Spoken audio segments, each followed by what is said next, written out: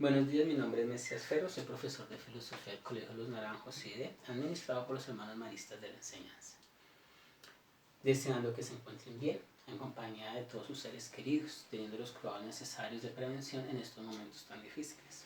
El lavado de manos y quedarse en casa. Para mí, pues, es muy grato saludarlos, decirles lo importante que son para nosotros y, ante todo, que esperamos vernos pronto. Ya entrando en materia, pues el tema que vamos a trabajar hoy es el arjé y el pensamiento de la filosofía presocrática. Este es un video que nos ayuda de cierta manera a poder desarrollar las guías, pero también les invito a que estudien, que profundicen, que hagan uso del material que en sus manos tienen, libros, videos, otras herramientas que les puede facilitar. Bien. El arjé, muchas veces nosotros lo conocemos o hemos escuchado el arjé, se conoce como el principio u origen de todo. El término arjé es un término griego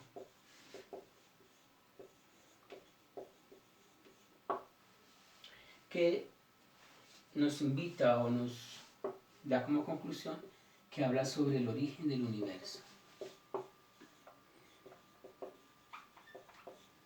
Ese mismo arjé también lo podemos nosotros entender como la razón. Pero esa razón es una razón primordial u original.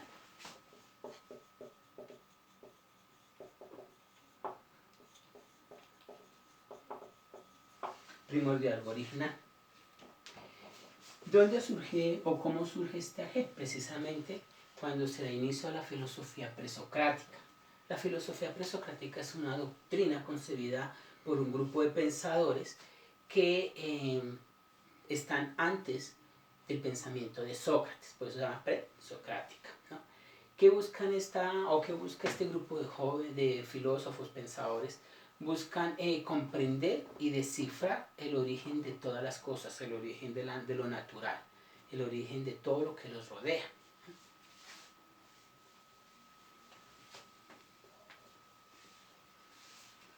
¿Qué características nosotros podemos tomar de lo que es la filosofía presocrática?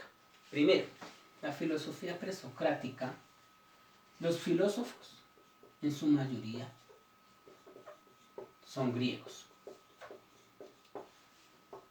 La segunda es que con la filosofía presocrática nace la crítica y la curiosidad.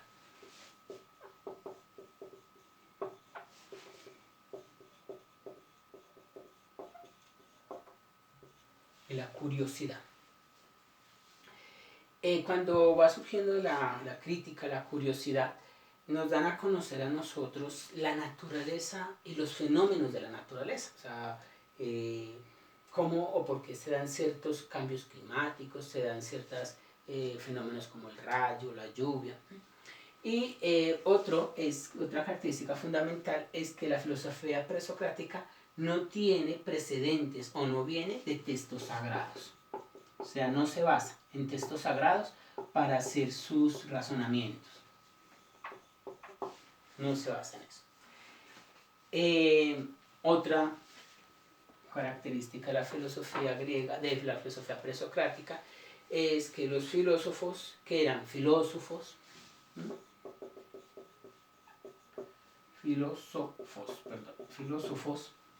cosmólogos,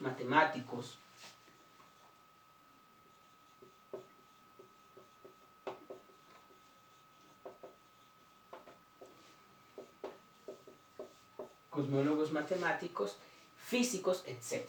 ¿Sí? O sea, no podemos nosotros decir que únicamente la filosofía presocrática se basa en filósofos, no. Son fundamentales, pero también están los cosmólogos, los matemáticos, los físicos, los químicos, que en aquel momento, que hoy en día nosotros llamamos los científicos, pero en ese momento sus fundamentos. También otra de las características que podemos nosotros tomar o fundamentales es que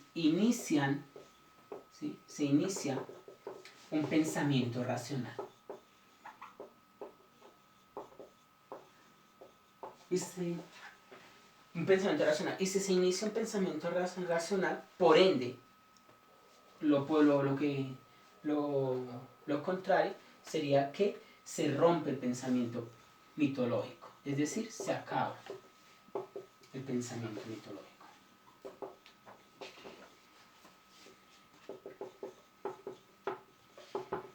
Entonces, aquí cuando hace ese rompimiento del pensamiento mitológico era cuando nosotros creíamos que el rayo era porque un dios lo enviaba, que porque las estaciones eran porque dioses los movían, que las guerras se daban porque un dios así quería. Entonces ya quitamos ese pensamiento mitológico y empezamos a dar un pensamiento racional, que los rayos se vienen dando porque es un fenómeno de naturaleza que se va a través de algunos acontecimientos, que las guerras no se dan porque un dios quiera, sino sencillamente porque hay diferencias entre el pensamiento de los seres humanos. Ahora, muy bien, ahora ya vimos qué es Argel, ya hablamos un poco de la filosofía presocrática. Ahora vamos a mirar la importancia del Argel en la filosofía presocrática. Entonces, para ello entonces la presocrática. Entonces, una de la importancia fundamental fue el principio temporal. ¿Qué quiere decir ese principio temporal? Es el principio de los tiempos. ¿Sí? El Argel empieza con ese principio. El principio de todos los tiempos, el principio de todo. A partir del género de todo lo que existe. Entonces, a partir de ese Argel se generaron ideas, a partir de ese Argel se generó la vida, a partir de ese Argel se generó la naturaleza, a partir de ese Argel se generó el mundo. Todo cuanto existe. Otro es que ese Argel no solamente es el principio, sino también es un constitutivo último de lo real. Entonces, constitutivo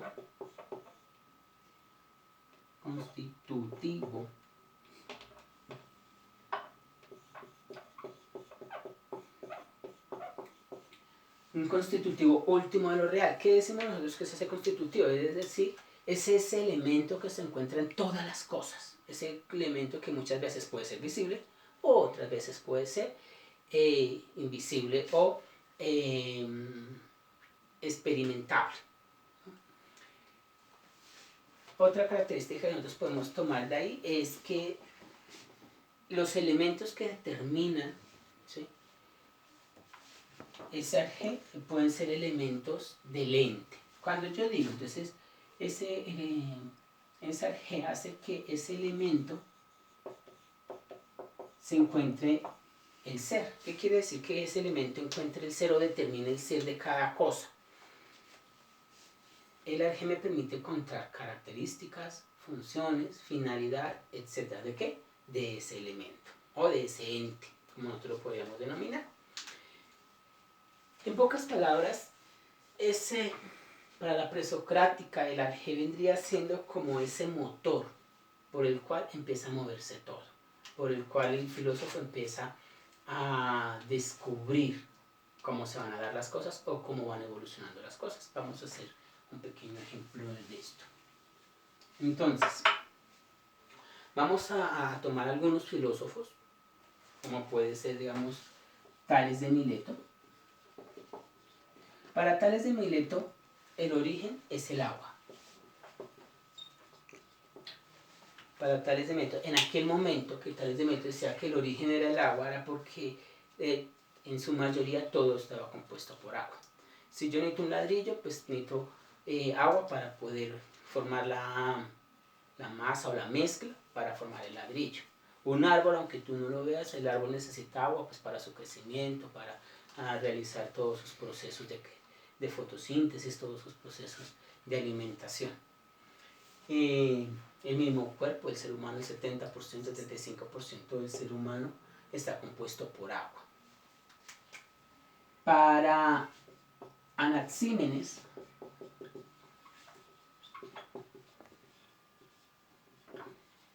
ese Argel es el aire. Ese Argel, ¿por qué? Porque dice el Anaxímenes que sin aire el hombre no puede existir. Sin aire el hombre no puede tener una vida normal, no puede tener, porque no tiene algo que le esté dando oxígeno a su cerebro. Después sería Anaximandro. Para Anaximandro, ese arjé vendría siendo el apeirón. El apeirón. ¿Qué es el apeirón? El apeirón vendría siendo esa sustancia indeterminada, esa sustancia indefinida, pero está en todo. Y a la vez hace parte y forma todo. Ese es el apeirón. A Heráclito. Para Heráclito, ese arjé era el fuego. Un fuego que transforma, un fuego que va generando también un proceso de evolución y de transformación en las cosas. Y por último, entonces, vamos a ver a Empédocles. Y para Empédocles, el origen de todo son los 4 elementos: el aire, el agua, el fuego y la tierra. Estos 4 filósofos, estamos hablando de un periodo antes de Cristo, mucho antes de Cristo, periodo menos en el siglo V, VI antes de Cristo. Estaban hablando que estos elementos que están acá es el origen de todo. Hoy en día nosotros nos estamos dando cuenta de cuánta razón tenían estos filósofos. Hoy, el agua contaminada. Sin agua no podríamos vivir y estamos contaminando el agua. Y con esas contaminaciones nos estamos dando efectivamente cuenta que sí es fundamental para nuestra vida. El aire. Nosotros no podemos precisamente respirar por la contaminación del smog, por la contaminación de los carros, por las quemas. Es fundamental el agua. El aire, perdón, para esa existencia. Es fundamental el aire para nosotros poder sobrevivir. El apeirón está en todo. El apeirón está en cada uno de nosotros, esa fuerza vital, esa sustancia vital que nos permite a nosotros existir. El fuego se hizo o se descubrió con el objetivo de cubrir una necesidad del ser humano y lo hemos convertido en un elemento dañino, en un elemento que acaba con los cultivos, un elemento que acaba con las montañas, precisamente por nuestro descuido, precisamente porque nosotros no sabemos tener un buen uso de nuestros materiales, de nuestros residuos. Ocurre esto.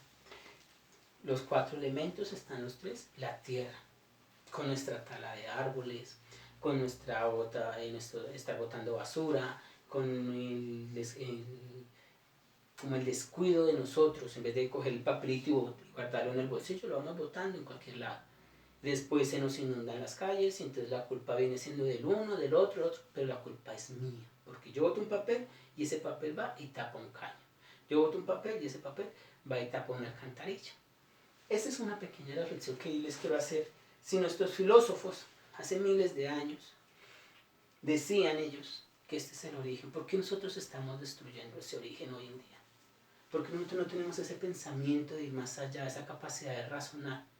Hoy la situación que estamos viviendo del coronavirus y toda esta cuestión también es un grito de la naturaleza, es un clamor de la tierra para que nosotros nos demos cuenta la necesidad de estos elementos y cómo los estamos tratando y cómo los estamos acabando. Bueno, pues eso es el tema del día de hoy. Quería pues invitarlos a esa reflexión, que ustedes mismos sean conscientes de cómo están tratando su naturaleza, su casa, ¿no? Hay un documento de la iglesia que nos habla sobre la casa común, cómo nosotros estamos tratando esa casa común. Gracias por todo, gracias por el tiempo que me dedicaron.